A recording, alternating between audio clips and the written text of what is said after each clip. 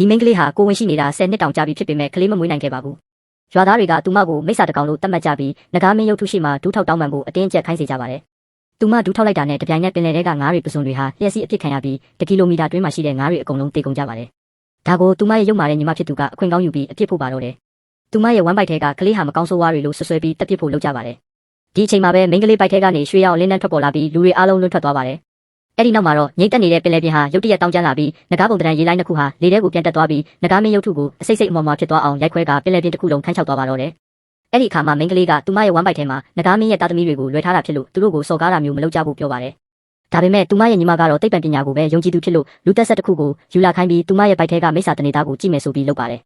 အရေးကြီးတဲ့အချိန်ရောက်တော့ဝမ်းပိုက်ထဲကတနေသားလေးတွေကအန်ရီယယ်ကိုသိရှိသွားပြီးသူတို့ရဲ့မိခင်ကိုကာကွယ်ဖို့အတွက်လက်မစေပဲစောစီးစွာမွေးဖွားဖို့ဆုံးဖြတ်လိုက်ကြပါတယ်အဲ့ဒီတော့မှလူတိုင်းကသူမမှာနဂါးမင်းသားလေးတွေကိုလွှဲထားတာမှန်ယုံကြည်သွားကြပါတယ်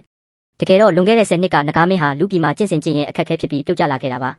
ပင်လယ်ထဲကိုအမြန်ဆုံးမပြန်နိုင်ရင်တေးရမှာဖြစ်ပေမဲ့ဒဏ်ရာပြင်းထန်လို့ကိုလက်မလုံနိုင်ဖြစ်နေပါတယ်ကံကောင်းထောက်မစွာနဲ့လမ်းဖြတ်လျှောက်လာတဲ့မိန်းကလေးကဒါကိုမြင်ပြီးမကြောက်မရွံ့ပဲနဂါးမင်းကိုပင်လယ်ထဲရောက်အောင်အားစိုက်ပြီးဆွဲယူသွားပေးခဲ့ပါတယ်ဒါဟာနဂါးမင်းရဲ့အသက်ကိုကယ်တင်လိုက်တာပါပဲနဂါးမင်းကသူမရဲ့ရုပ်သွင်းကိုမှတ်မိနေပေမဲ့နာမည်ကိုတော့မသိခဲ့ပါဘူးတကဘာလုံးအနှံ့ရှာပေမဲ့သူမကိုရှာမတွေ့ခဲ့ဘူးအဲ့ဒီအချိန်ကစပြီးနဂါးမင်းဟာအချစ်နာကြပြီးလူပြည်မှာ6နှစ်တိုင်မိုးမရွာအောင်လုပ်ခဲ့ပါတယ်ရွာသားအများစုဟာရင်းငတ်ပြီးတေကုန်ကြတာကြောင့်အကူအညီရဖို့အတွက်တာအိုဆရာတယောက်ကိုပင့်ဖိတ်ခဲ့ကြပါတယ်တာအိုဆရာကချောမောလှပတဲ့အမျိုးသမီး69ယောက်ကိုခေါ်ယူပြီးနဂါးမင်းကိုအချစ်နာပြောက်အောင်သူနှစ်သက်တဲ့သူကိုရွေးခိုင်းပါတယ်နဂါးမင်းကဘသူ့ကိုမှစိတ်မဝင်စားပေမဲ့အဲ့ဒီ69ယောက်ထဲမှာလွန်ခဲ့တဲ့10နှစ်ကသူ့တက်တခင်မိန်းကလေးကိုမြင်သွားတဲ့အခါမှာတော့တကုရှင်နဂါးအဖြစ်အသွင်ပြောင်းပြီးသူ့မစီကိုပြန်တန်းသွားပါတော့တယ်အဲ့ဒီအချိန်မှာပဲမိန်းကလေးရဲ့အမေကပတ်စံမပြီးသူမကိုရွာသူကြီးရဲ့ချမ်းသာပြီးဦးကြောင်ကြောင်နိုင်တဲ့သားနဲ့အတင်းကျပ်လက်ထပ်ပေးဖို့လုပ်နေပါတယ်ဟိုလူကသူမကိုအနိုင်ထက်လုပ်တော့မဲ့အချိန်မှာပဲ